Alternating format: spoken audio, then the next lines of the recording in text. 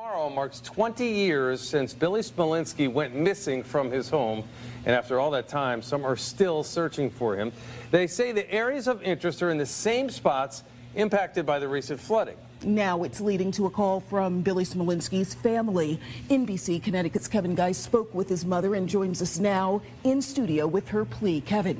Yeah, Keisha, it's all about keeping those eyes open as that area continues to recover. It was a post to Facebook that offered a unique perspective to storm recovery she believes is important, not just for her son's case, but for others' families in the area that might also have a missing loved one. It is important to never lose hope. Even though it has been 20 years, it's just like it was yesterday for the family of this missing loved one. Marissa Wright has never lost hope of finding Billy Smolinski since she joined the search over a decade ago. There have been so many tips that have come in. Billy disappeared from his Waterbury home in 2004. His family still doesn't have answers about what happened, but they're living in a reality that he's no longer here. Now they're searching for clues and looking for remains that they believe could be in the Naugatuck Valley. It is definitely not easy work. It takes hours to go through an area. Recent catastrophic flooding in sections of the valley prompting a plea from Smolinski's family in this Facebook post. Some of these areas are areas that the police were looking into. Janice Smolinski, Billy's mom, has kept faith that he'll be found. She's hopeful that where roadways and riverbanks eroded, human remains could reside. I do feel sorry for these families and all the tremendous heartache they're going through losing, but also, sometimes a bad situation can bring a better situation. She's asking as cleanup and recovery continues, people look out for anything human related to potentially bring closure to her family or others. We just want resolution. Wright plans to mark the somber day with some searching of her own and is asking her neighbors to do the same. Please keep their eyes open, especially in areas like that, where there's flood debris, things like that. It's really, really critical.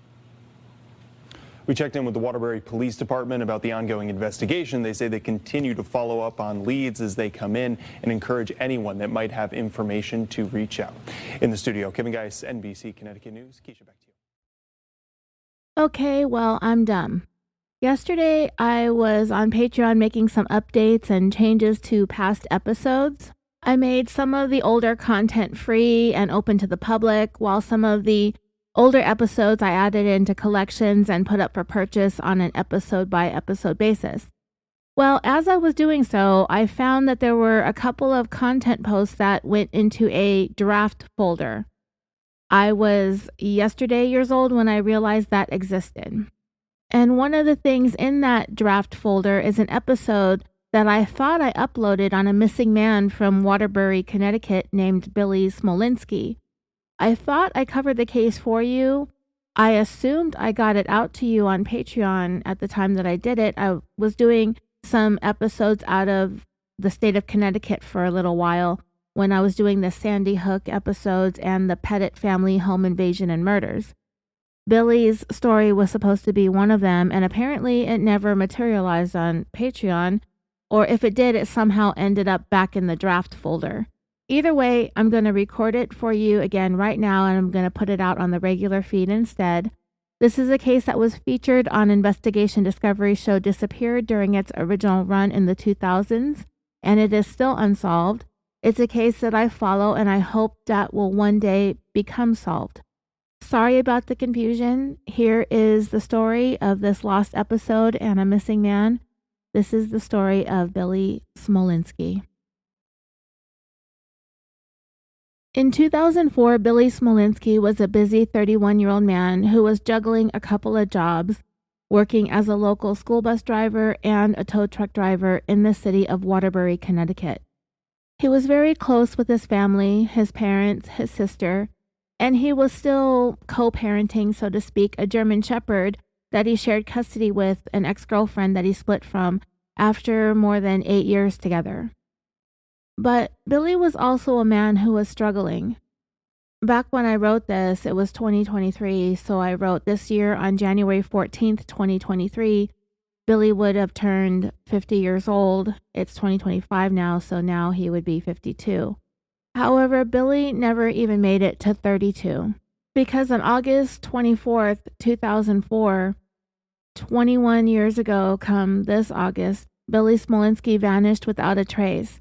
And to this day, his heartbroken family still hopes to find answers as to what became of him.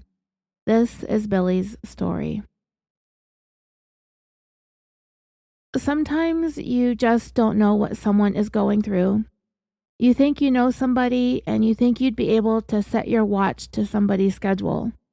Your friend or your loved one could be the most reliable, punctual, predictable creature of habit, but it really only takes one thing that can trigger some inner turmoil that is invisible to the rest of the world.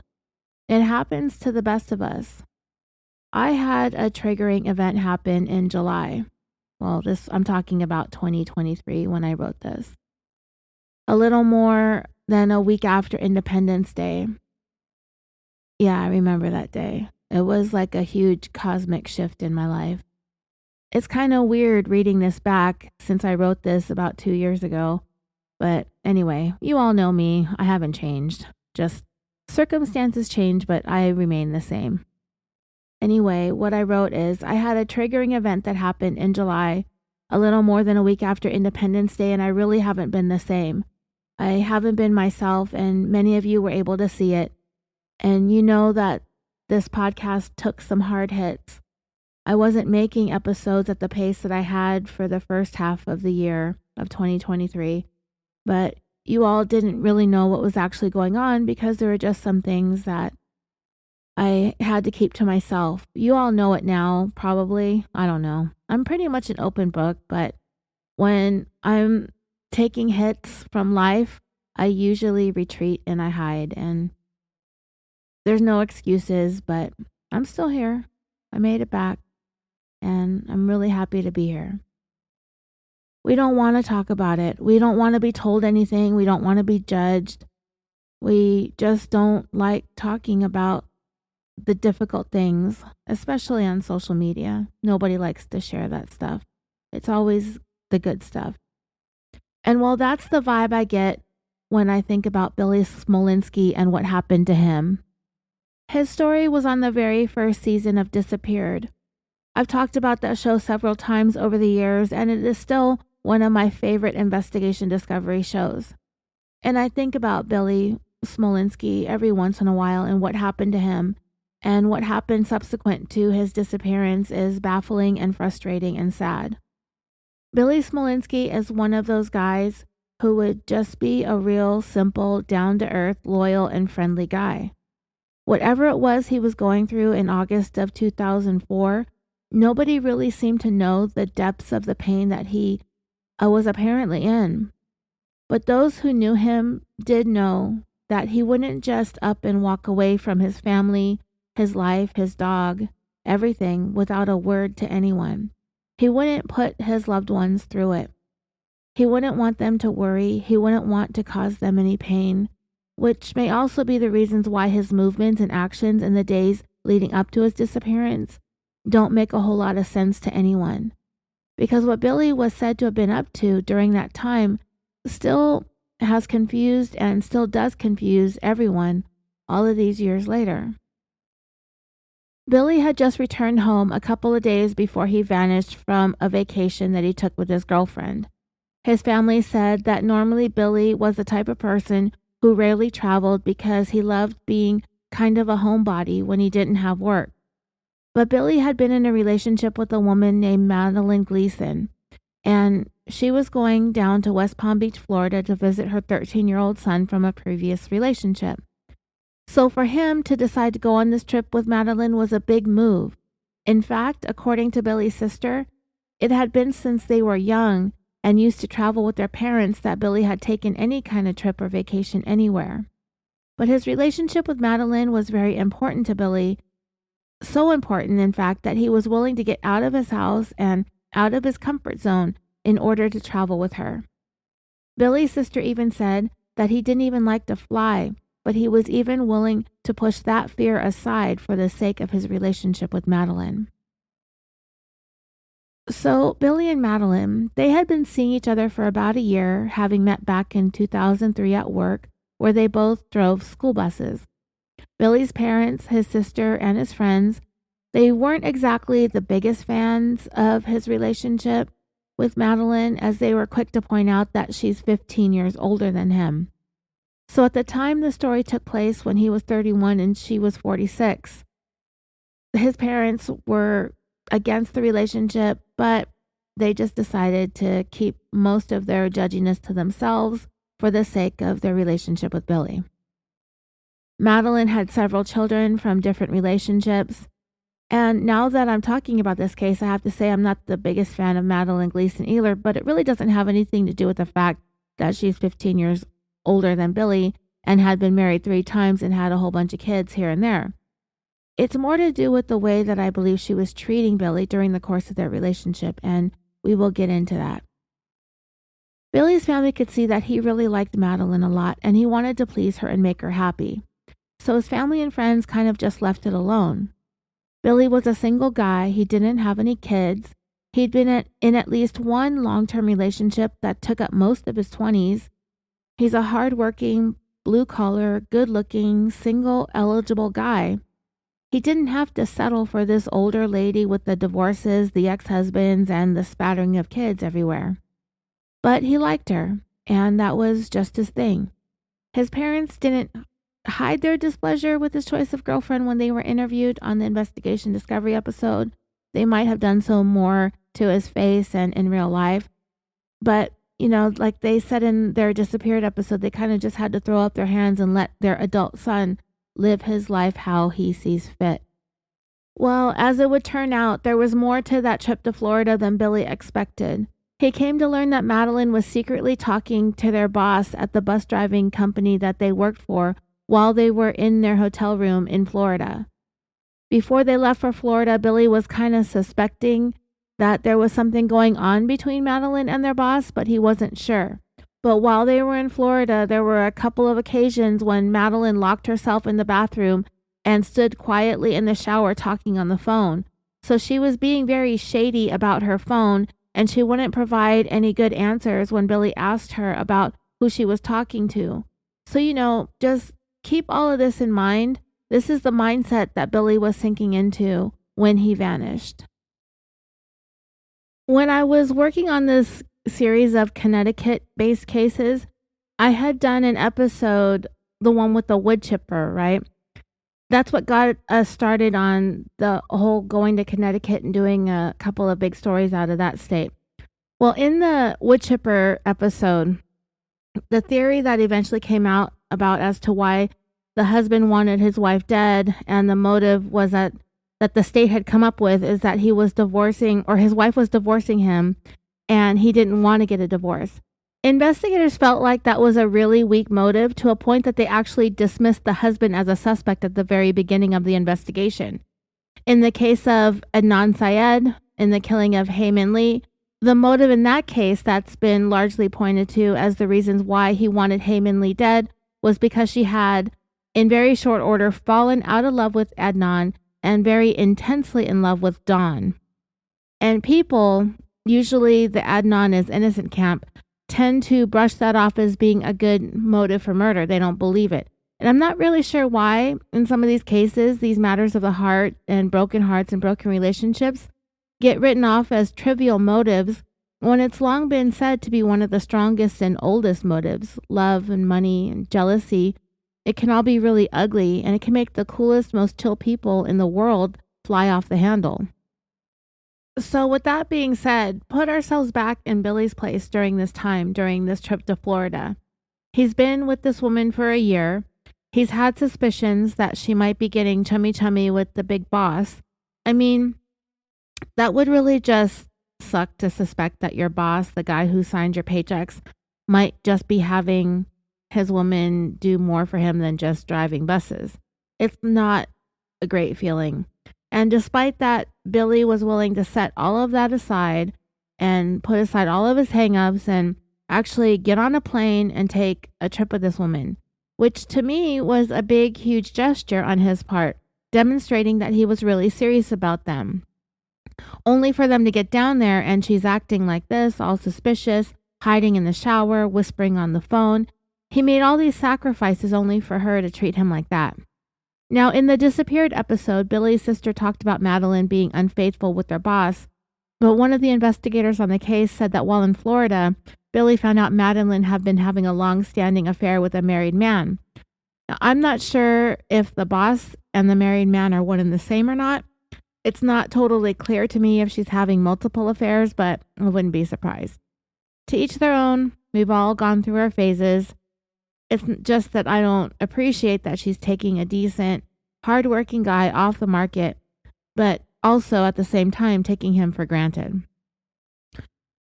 Well, that night that they got to Florida, Billy decided to confront Madeline directly about the affair or affairs that he suspected she was having, and when he did, she admitted that she had been seeing someone else.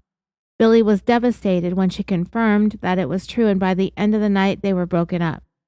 So now Billy's in a pretty bad way. He's in love with this woman, and she just can't seem to settle down with one man. Because now look, he's single, he's hardworking, he's handsome, he's in love with her, he treats her really well, as far as we know. But she's basically told him that she's seeing this other man, and that's kind of the way that it is. That she's not going to stop seeing him just because Billy doesn't like it. So for him, Madeline's made her choice, and it really tore him apart. So the issues that Billy was having at the time leading up to his disappearance, they're continuing to pile up. The next day, after getting back from Florida, that would be Monday, August 23rd, 2004, Billy and his sister Paula got together that day so Billy could tell her about his vacation and that they could catch up. But what they mostly talked about was his breakup with Madeline and how she's a liar and a cheater. But, by the end of the conversation, Billy kind of suggested that it is what it is. It's a breakup. There's nothing you can do about it. You just got to try to get on with his life. That afternoon and evening, Billy kept busy by driving the tow truck, but one of his coworkers did say that they did have a chance to talk at the tow yard, it was clear that Billy was very upset about the breakup with his girlfriend. And this coworker tried to tell him what the rest of his family and friends were also trying to tell him, that maybe this was a blessing in disguise. Madeline was doing him a favor. She's a waste of his time. He's a good-looking guy. There's plenty of women out there. He just had to keep looking for the right one. That same evening, Monday the 23rd, Billy was finishing up his workday with the tow truck when his ex-girlfriend, Mary Ellen, happened to run into him as he was picking up a car on her block. As they stood there talking for a minute, Billy mentioned that he appreciated her taking care of their dog, Harley. I mentioned earlier that they co-parent the German Shepherd, but he primarily lives with Billy. So when he went to Florida with Madeline for that oh-so-fun getaway with her, Mary Ellen did dog sit. And as a thank you gesture, Billy suggested that they go to Six Flags that upcoming weekend. Again, I said earlier that Billy and Mary Ellen had been in a relationship for about 8 years, but continued to hang out and be friends.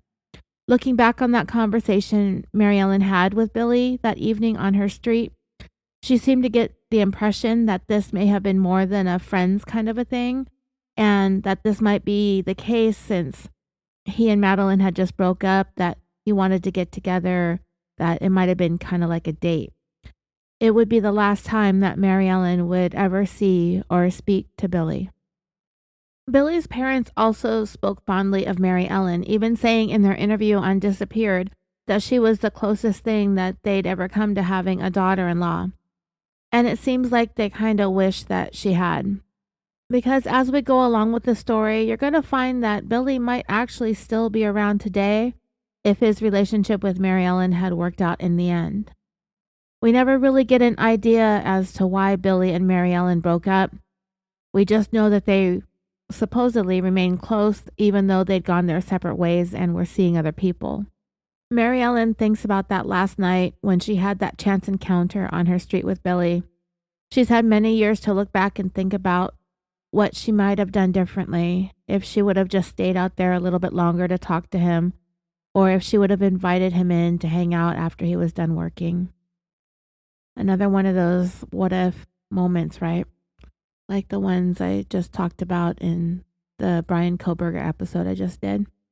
However, even though Mary Ellen's impression in speaking to Billy the last time she saw him was that he might have been interested in going out on a date and moving past this recent breakup with Madeline. What Billy would end up doing later on that night, I mean, we can't know for sure what was going on in his mind, but during the night, Billy's mom believed that the breakup with Madeline was eating away at him, that he went home that evening from work and he just couldn't get past it and he couldn't settle down. He couldn't stop thinking about it. Like I said, we can only assume, because what we do know is that sometime in the very early morning hours of the following day, Tuesday, August 24th, 2004, Billy showed up at Madeline's house. He used a ladder to climb up to her second-story bedroom window. In the Disappeared episode, Billy's dad, in his interview, he says that he thinks about Billy's actions that morning, getting up before the crack of dawn, going over to Madeline's house like that, and using the ladder to access her second-story bedroom.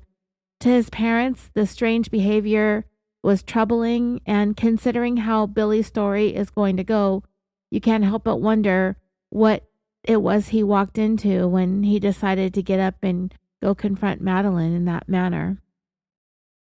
But in speaking to Billy's sister, she would say that Billy did do quirky and random things like that. Him climbing up to Madeline's windows was very much like something Billy would have done. He was sometimes impulsive in that way and wouldn't think anything of it. His ex-girlfriend said it was very much like Billy to opt out of using front doors. She didn't say why. She just said that he couldn't use the front door. He'd find a window or a side door. At her house, he'd climb on top of her shed and get into her window. So, I don't know. It kind of seems a little strange, but in other ways, it doesn't seem all that weird. Maybe he just likes being cute and funny. I don't know. Not sure why to me, going in and out of someplace other than the front door feels sneaky.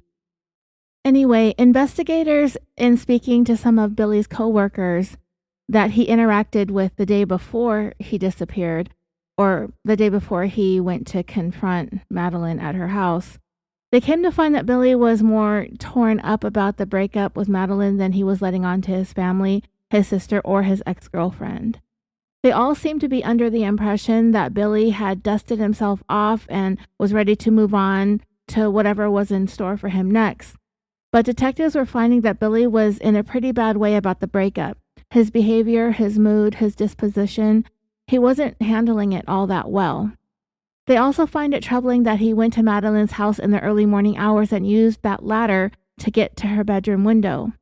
When they later spoke to Madeline about that encounter with Billy, she said that he came inside and they talked for about an hour. She said that he was asking to get back together, that he wanted to work things out. She said that she told Billy that she would need some time to think things through. After they spoke, Billy went home. Is that a true and accurate account of what happened between Billy and Madeline? Well, unfortunately, we can only go by what Madeline has to say, and for me, I have a hard time with this woman, so I take what she says with a grain of salt. If you're familiar with this case, then you know why. If you're not, as we go along and you get to know Madeline Gleason a little bit better, you're going to understand why I'm not a fan. Whatever it was that happened at Madeline's that Tuesday morning, what investigators do know for sure is that after Billy got home, he made a series of phone calls to his former boss, the man with whom Madeline was having an affair. And they have the phone records that show that Billy did indeed make a number of phone calls to that former boss. Billy's family and ex-girlfriend have said that Billy, even though he's a bit of a tough guy, he is also very soft-hearted and he would not take well to being hurt or having his heart broken. I mean, nobody takes this sort of stuff well, but Billy was known to be particularly sensitive and just doesn't handle like heartache and pain, and nor does he take it lying down. They came to find that on that day, Tuesday, August 24th, the last day that anyone ever saw or heard from Billy, he did make 3 phone calls to that former boss and issued a threat that he'd better watch his back at all times. So now we know that Billy has made this threat. as the whole idea of Madeline having an affair sunk in over the course of the day and a half since they got back from Florida. It started to anger him, and he made those threats. He felt like he was being made a fool of, and he was not afraid to confront anyone who he felt was doing him dirty. And Billy's family would say that he would never walk away or back down either. The last thing Billy was known to have done on the last day that he was ever seen occurred in the afternoon of that Tuesday, August 24th. He went to his next-door neighbor's house, a guy named Roy. They talked that afternoon, and Billy told him that he was going north for a few days and asked if he could dog-sit Harley for him. In addition to being a bus driver and a tow truck driver, Billy was also a car enthusiast and a mechanic, and a pastime of his is working on and tinkering with cars. So he told Roy that he's interested in a car that's out of town somewhere up north. Billy was vague about it and that he needed help with the dog for a couple of days. That conversation Roy had with Billy was the last time anyone was known to have seen him. So the next morning, Mary Ellen got a call from that neighbor, Roy, the one that Billy asked to dog sit for him. And of course, Mary Ellen was surprised to hear from the neighbor. He told her that Billy wasn't home, that he had gone out of town for a couple of days, and he had asked him to take care of Harley while he was gone, but the dog was inside the house and Roy didn't have a key to get in. Billy said that he would leave him a house key, but he can't seem to find where Billy left it, or even if Billy remembered leaving it at all before taking off. Mary Ellen found this whole thing to be bizarre. Nothing about what Billy told Roy made any sense to her. In her interview on Disappeared, she pointed out that they shared custody of the dog, that they are the only ones who take care of Harley if either one of them does any traveling. So she said that he wouldn't ask the neighbor to watch the dog, that Billy just wouldn't trust anyone else to do it. But to that I have to say, the fact is that he did. And for one reason or another, he didn't want Mary Ellen or anybody else to know that he was leaving for a couple days. That's what I read into that. Mary Ellen also said that Billy always told everyone where he was going and what he was doing, that he would never go anywhere, much less leave town without letting his close friends and family know, which again reiterates to me that Billy was hiding something from his closest family and friends. They say that Billy was a pretty predictable guy. He was very routine, and when he wasn't busy working, he was a homebody. He was hardly spontaneous. So for him to make this last-minute trip up north, supposedly to go look for a car, that would have been very out of the ordinary for Billy. So what I read into that once again is that it wasn't true.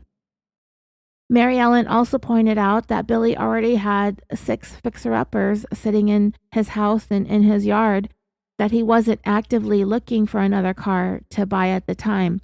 Now, as someone who is in a relationship with somebody who also has 5 or 6 fixer-uppers in and around their yard and their house, they're always looking for another car. So I don't necessarily think that just because Billy had a whole bunch of cars that he wasn't still looking, because they always do, these car people.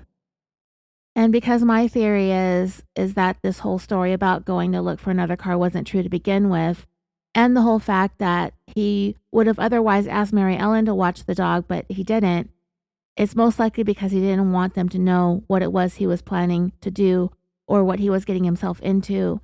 And he probably didn't want to let them know, he didn't want to talk about it, and he didn't want to lie to them more than he had to. And knowing that he was in kind of a pretty bad headspace at the time, everyone was worried. After Roy called Mary Ellen, she called Billy's sister, and she turned around and called their parents. So Paula, Billy's sister, headed over to her brother's house, and she right away became even more concerned when she saw the strange way that Billy's truck was parked in his driveway. Normally, Billy pulled into his driveway the whole way. He kind of had a long driveway from where you turn in and get up to the house. He never parked at the bottom of the driveway.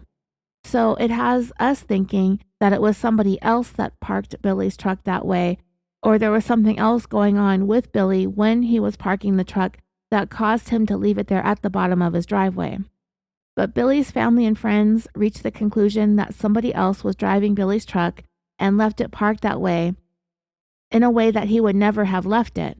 Personally, I agree with that. I believe that somebody else parked his truck there, and we're going to find more evidence of that later on in the story. And I just think that they didn't want to get too close to Billy's house, nor did whoever parked the truck there want to be seen too close to Billy's house. So after Billy's truck was discovered parked in a strange way in his driveway, his family and friends decided to go to the Waterbury Police Department in order to report him missing. Because Billy's parents felt like something was very wrong and that Billy's behavior was troubling enough to raise their concerns to a point where they wanted to file a missing persons report, they were adamant that that got done. But because they reported to the police that Billy's neighbor, Roy, said that he went up north for 3 days, they would have to wait the 3 days before they could report him missing. Despite his family's insistence that there is something not right about that story and that they think Billy made it up and that something serious has happened to him, the police insisted still that they had to wait the 3 days. This happened in 2004. This disappeared episode aired in 2008. And by the time Billy's story was featured on the show, the Waterbury police detectives have said that their policies on filing missing persons reports has changed, that they take reports immediately now. And there has been recently some changes in legislation as of December of 2022 when it comes to streamlining missing persons reports and cases, and it actually brought Billy's story back into the national spotlight, triggered, unfortunately, by the murder of Gabby Petito in August of 2021. Her parents ran into the same problems when they went to report her missing. The whole process took an entire day, and it was all the same stuff, that she was an adult, that she was out there traveling, you have to wait and see if you hear from her, blah, blah, blah. I'll talk more about the changes in the law and what happened late last year towards the end of this episode. So all Billy's family could do at that point was wait for the 3 days to pass and then go back to file the report. Billy's sister Paula decided to search Billy's house to see if they could find anything that might give them an idea of where he might be or what might have happened to him. She looked in his kitchen trash and found a receipt from Burger King. He bought a meal at a nearby location at 2:59 p.m. On the last day that he was seen, on Tuesday, August 24th, that is when that transaction took place. So they went down to the police station and gave them the information about the Burger King. But from there, Billy's mom and sister went over to the actual restaurant to see if they could get a look at any surveillance video footage. But unfortunately, that store only held on to footage for 24 hours. Even if there were images of Billy inside the Burger King, it had been taped over by the time they got there. They were hoping to have an idea of what Billy was looking like, what he was wearing, if he was with anyone, but the footage was gone. So over the course of those days, they waited for Billy, Tuesday, Wednesday, and Thursday. His family called his house several times a day to see if he ever showed back up at home. They went over there in the morning and in the evening to take care of the dog, and still there was no sign of Billy. By Thursday, August 26th, that evening, Billy was on the schedule to work for the towing company, and it would be very out of character for Billy to not show up for his work shift. So clinging to the hope that Billy had just been out of sorts, not really wanting to communicate with them right now, whatever he was going through, he still has to come to work. So his parents drove out to the tow yard to see if he would show up for his shift, but Billy never arrived. The next night, Friday, August 27th, Billy was finally missing for 3 days officially, and so they went back down to the Waterbury Police Department and were finally able to make the official missing persons report, and the investigation into Billy's disappearance finally began. Billy's family and friends canvassed his neighborhood and talked to anyone they may have seen or heard out of the ordinary. If any of the neighbors had noticed anything on the last day that he was seen, they questioned anyone that would talk to them.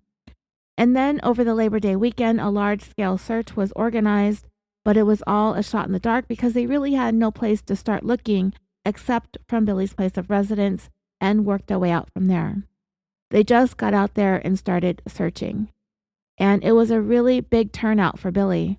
At least a couple of hundred volunteers showed up to help look for him. They looked through the woods, along riverbeds, in the water, and over the course of Saturday, Sunday, and Monday, which was Labor Day, from sunrise until sunset, everyone searched, but that search was all in vain.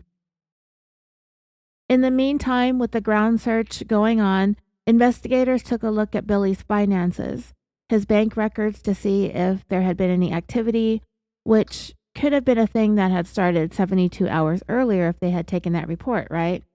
But as it turned out, there were no purchases made since Billy disappeared, nor were there any unusual transactions made in the days leading up to his disappearance that would indicate what he might have been up to or where he might have gone. And when it came to the victimology, like what, if anything, about Billy's life would lead him to go missing like this, they checked into his background, but there did not seem to be any of the usual risk factors going on with him. He didn't struggle with a drinking problem. He didn't use drugs. He wasn't involved in any kind of illegal activities. And while we know that Billy was going through some stuff with his relationship with Madeline Gleason, we really can't tell just how it was affecting Billy mentally and emotionally. We don't know a whole lot about Billy, and the little that we do know, it kind of seems there was more going on with him, that he was struggling and not dealing with it in a healthy way. Shortly after Billy was reported missing, his story made the local news reports. Tips were coming in, and Billy's family and friends, well, they were determined to follow up on all of them because that was all they had to go on. Even tips from psychics were coming in, and they would follow up on all of those tips until they'd exhausted every lead, no matter who or where it came from. They simply just did not want to miss a chance to try and find Billy, no matter how unlikely the lead. The Smolinskis, his parents, his sister, and his ex-girlfriend, they're clinging to every last shred of hope that they'll find him. They literally followed every single tip that came in, particularly the ones from the psychics, just out of fear that they might miss him. 2 weeks would go by without any sign of Billy or what may have happened to him. Now, in the Disappeared episode, the host casually says something to the effect that the Waterbury police were desperate for some kind of direction to go in or for some sorts of leads. So they finally decided to go to Billy's house to conduct a further search. They apparently did one search, but if they're going back 2 weeks later, it has me thinking that they really didn't take Billy's case all that seriously in the beginning, which they didn't, you know. Billy was a healthy 31-year-old man, and sometimes those types of missing persons, I guess things mostly work themselves out. Or what ends up happening to a lot of these young missing men is they, for some reason, tend to end up in bodies of water. There just doesn't seem to be the same level of urgency when it came to Billy's case or cases similar to his. So 2 weeks later, the Waterbury police are still having no luck finding Billy, and his disappearance isn't working itself out. So they went back to his house for a second search. They looked around for anything indicative of foul play. They looked around for any blood evidence or any indication that a crime or a violent act took place, but there was nothing to indicate that there was any struggle or anything violent that happened inside the home or was cleaned up or anything of the sort. Nothing seemed amiss. But one of the detectives did decide to search Billy's pickup truck, and I'm not really sure why nobody looked inside the truck to begin with, but I guess it goes back to the investigators not really taking it all that seriously. But even Billy's family didn't look in the truck either that I know of. They just noticed that it was parked weirdly and kind of left it. But then again, they were trying to go along with what the police were telling them. Anyway, the detective searched the glove box and under the seat, and when he searched under the seat, he discovered Billy's keys and wallet shoved underneath, all the way towards the back as far as it could be shoved. So that was a huge problem, because all along police have been going by the neighbor's story that Billy said that he was headed north for a couple of days to look at a car. How is Billy supposed to leave to go anywhere without his keys or his wallet, or his truck for that matter? Though we do know he had several cars, but I'm under the impression that the truck was Billy's everyday vehicle. And no, Billy was not the type of person to leave his keys and wallet in the car. He had a place where he dropped his stuff off on an end table inside the house whenever he got home. He is a creature of habit, and he never put his keys and wallet underneath his seat. Not very many people do that anyway. I can't do that. My car won't do anything. If I put my key under there, the doors won't lock. So, well, I mean, that's today's technology, but that technology has been around for a while. Either way, people don't make habits of leaving their keys in the car very often anyway. The next thing that Billy's family did was they got in touch with a local search and rescue organization that utilized dogs that are specifically trained to search through thick woods and brush. They came and searched an approximately 10-mile radius around Billy's home, and they continued to search each weekend throughout the fall until the ground started becoming covered in snow. And just like all the previous searches, the search dog teams also had no luck in finding Billy either. As the weeks turned into months, Billy's family and friends were getting frustrated with running into dead ends every which way they went. So they decided that they were going to do everything that they could to bring about more attention and awareness to Billy's case. They wanted to get his name and image out there so that they could start trying to find some direction to go in, because thus far they literally had nothing. And they went and had these really nice color laminated flyers made, and they started covering Waterbury as well as surrounding towns with the flyers, with an offer of an reward for information leading to Billy's whereabouts. His family and friends were basically spending every waking hour searching for Billy, putting up flyers, just driving everywhere, covering as much ground as they possibly could.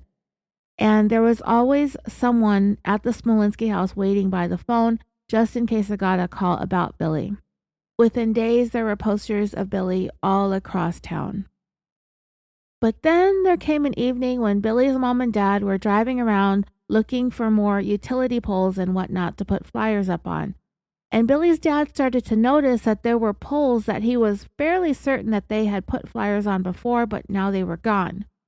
Mom and Dad did start looking around some more, and they realized that some of the posters that they put up on poles previously were in fact being taken down, which again in this case made no sense. In fact, some of the missing persons posters that were taken down were done so within hours of them being put up.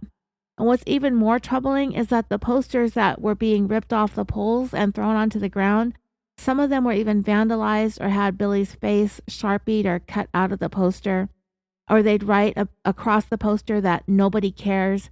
Some of them were even spray painted. And yeah, so you have to wonder if Billy's got some enemies and they're out there doing this to his missing persons posters, and that they could very well be responsible for causing Billy to have gone missing in the first place. So the question is, who's taking these posters down? So Billy's sister decided to use some video equipment of hers, along with some help from their aunt and uncle, to stake out one of the places where a flyer had gone missing a couple of times. So they sat strategically in two different places near one of the utility poles where they hung one of Billy's flyers. They had their cameras trained on the pole from the two different locations, and they sat there for hours. And sure as shit, a car pulled up, a woman got out of the car, ran across the street, ripped the poster down, and then hurried back to the vehicle and drove away. They managed to get all of it on video, and it sure as hell looked just like none other than Madeline Gleason. And that is when the shit hit the fan. It was really sad and disappointing for Billy's family and his ex-girlfriend to find out that it was Madeline taking down their posters. Because why would she be doing something like that unless she had some reason to want to hinder the investigation? There is no good reason for her to be acting like that. It's actually one of the more childish things that we've seen someone do. And this is all part of the reasons why I don't like this Madeline person. I've long formed the opinion that she was not good to Billy and she was a terrible girlfriend. But on the flip side of that, we don't know what Billy was like as a boyfriend either. Maybe he was clingy, or maybe she was just using him. but she really didn't seem to care about Billy all that much. It didn't even really seem like she liked him. So the Smolinskis went to the Waterbury Police Department with the video of the woman taking down the posters. And, there isn't anything that can be done legally, but if that isn't hella suspicious, I don't know what is. So, they want to speak to Madeline about this, and the police go to her and ask her about the images of the blonde woman in the video taking down the posters.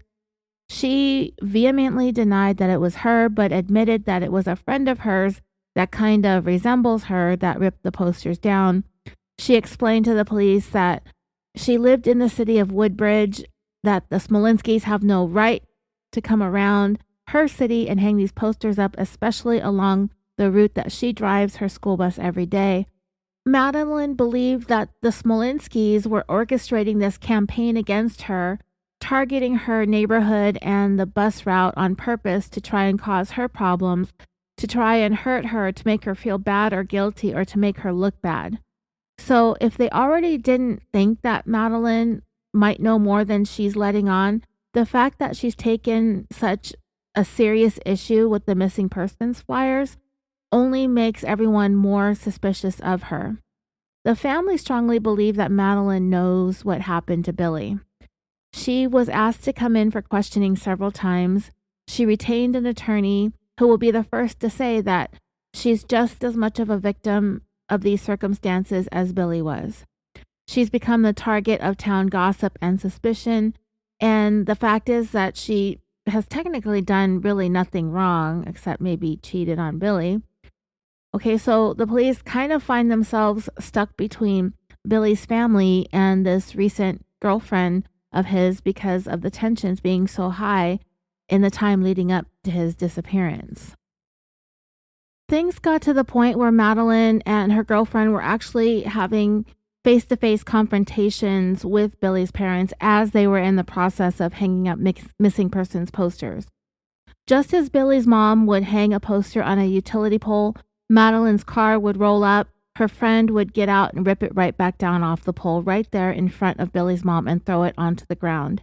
She would pick it back up, staple it to the pole, and that friend of Madeline's would rip it right off again. Eventually, the footage Billy's sister was able to capture of the blonde woman taking down the posters was broadcasted on the local news, which only made things worse. And then, if things couldn't get even more worse, Billy's mom got arrested for trespassing while she was hanging missing persons flyers on public school property in the city of Woodbridge.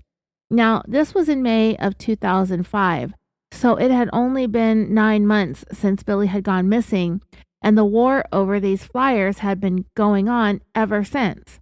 This was just the climax. It was like it was tit for tat, right? I mean, I don't think Billy's mom should have been hanging missing persons posters on school property, and I guess it could kind of feel like it was something that Billy's mom was doing just to kind of get under Madeline's skin.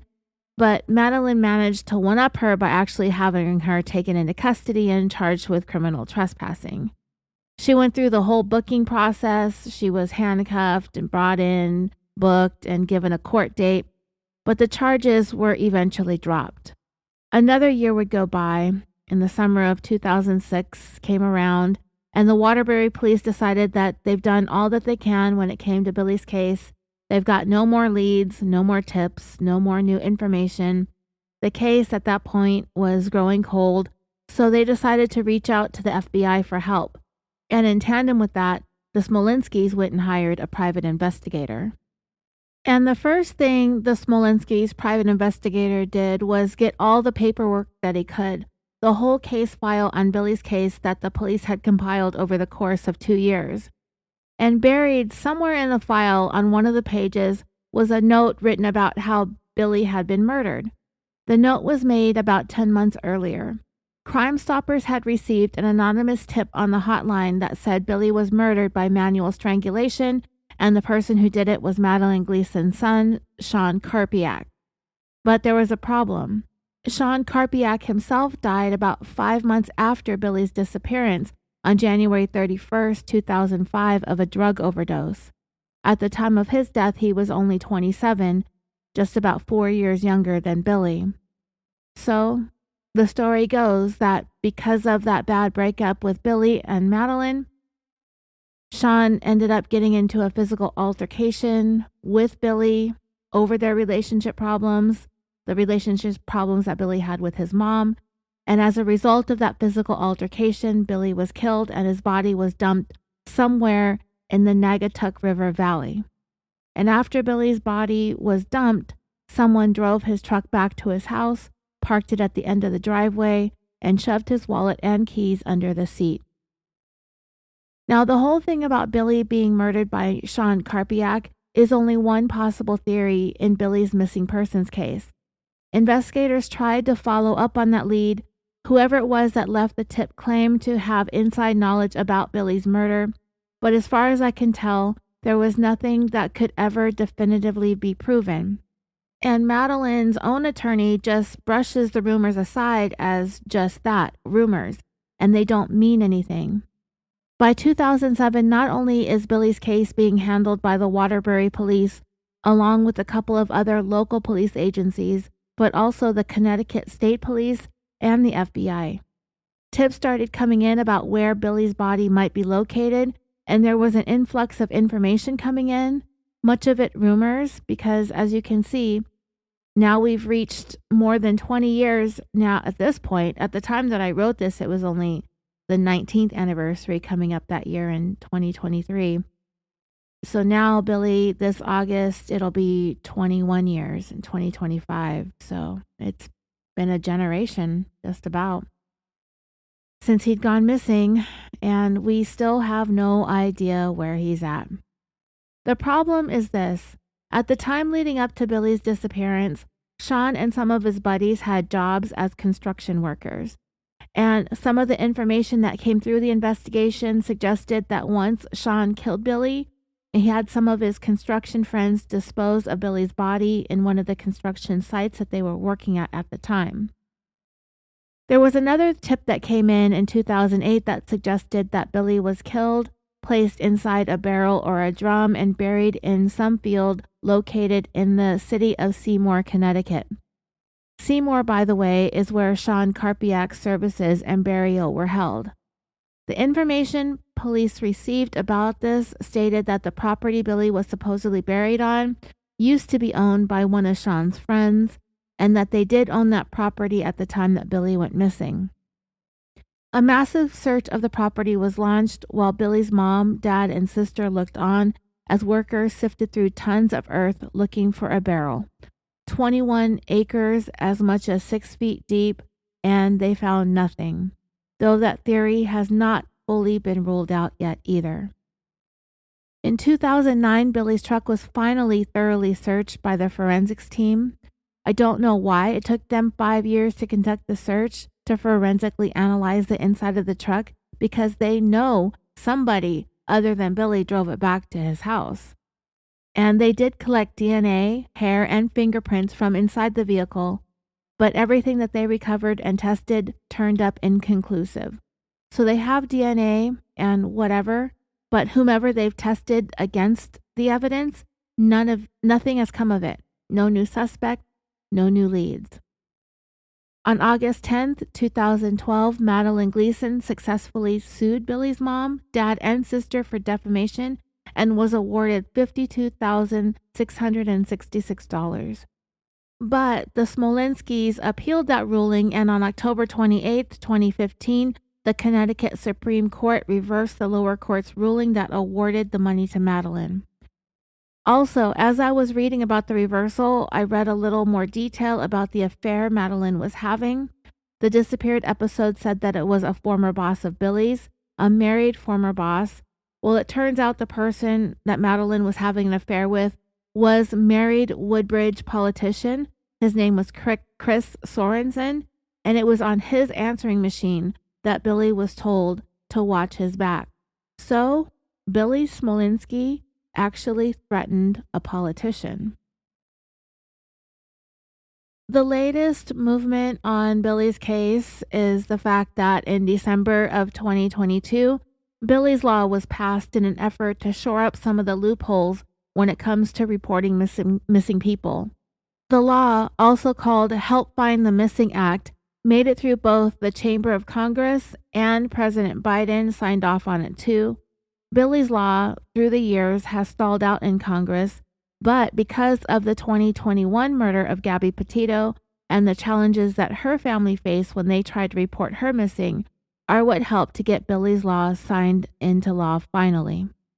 Gabby Petito's family and their efforts advocating for Billy's law were pivotal in getting the bill signed, which will require the FBI to upload data from their National Crime Information Center into NamUs, which is the National Database of Missing and Unidentified Persons.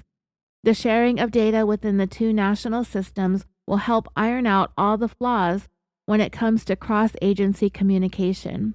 Connecticut Senator Chris Murphy introduced the bill way back in 2009 after Billy's parents approached him about it, but they'd never been able to see the bill get through. But because of the advocacy of the Petito family, the bill finally passed. As the Petitos continue to advocate for missing persons, they joined the Smolinskis in their almost 2-decade-long, well now more than 2-decade-long, search for their son, and they still have not given up. And that is the tale of Billy Smolinski. I'll probably rename this episode based on the fact that it was lost and then found again. I apologize for that if I tricked anybody into thinking there was a story on Patreon about Billy Smolinski. I had no idea that it never got published. Even though it's sad and it really doesn't make much of a difference that I am putting this episode out like 2 years late because nothing's changed. Tips and information can be phoned in to the Waterbury Police Department at area code 203-574-6920. Thank you all so much for listening. Thank you for supporting the show. And as always, until next time, take care, be safe, and sweet dreams. When Billy Smolinski vanished in 2004, billboards flooded Connecticut highways. Smolinski has never been found, but now his case is leading to a new law that could make it easier to find missing adults. News 12 Connecticut's John Craven is here right now. John, Billy's law is now headed to President Biden's desk. It is, Roxanne. You know, Billy's law stalled in Congress for years until another case grabbed the world's attention, the murder of Gabby Petito. Billy Smolinski and Gabby Petito, separated by 18 years and 1,800 miles. Now, both cases changing the law around missing adults. Tomorrow marks the 3rd anniversary of the disappearance of former Woodbridge bus driver Billy Smolinski. Smolinski disappeared back in 2004. The search was hampered by a lack of coordination between police agencies. We knew there was something wrong. We knew immediately. Each year, 600,000 people are reported missing in the U.S., while 4,400 bodies go unidentified. Now, Billy's law will potentially match them up. It combines the resources of NamUs, a database of human remains, with the FBI's National Crime Information Center. Had this law been in place, the Waterbury Police Department might have taken this case more seriously and done the work in the early days. In Congress, Billy's law stalled for years until last summer when Gabby Petito's disappearance grabbed international headlines. Petito's parents lobbied for Billy's law. I was naive. I thought, hey, this is simple, right? We go to the police station, you report your loved one missing, and the police do their work. Unlike Petito, Billy Smolinski has never been found. We like to think Billy is smiling and happy to know that his family has not given up searching for him, and that during our search, we have managed to make the country a safer place for all Americans. All right, now you'll want to head over to the News 12 app. You can see our coverage of Billy Smolinski's case and the dramatic twist it's taken over the years. John Craven, News 12, Connecticut.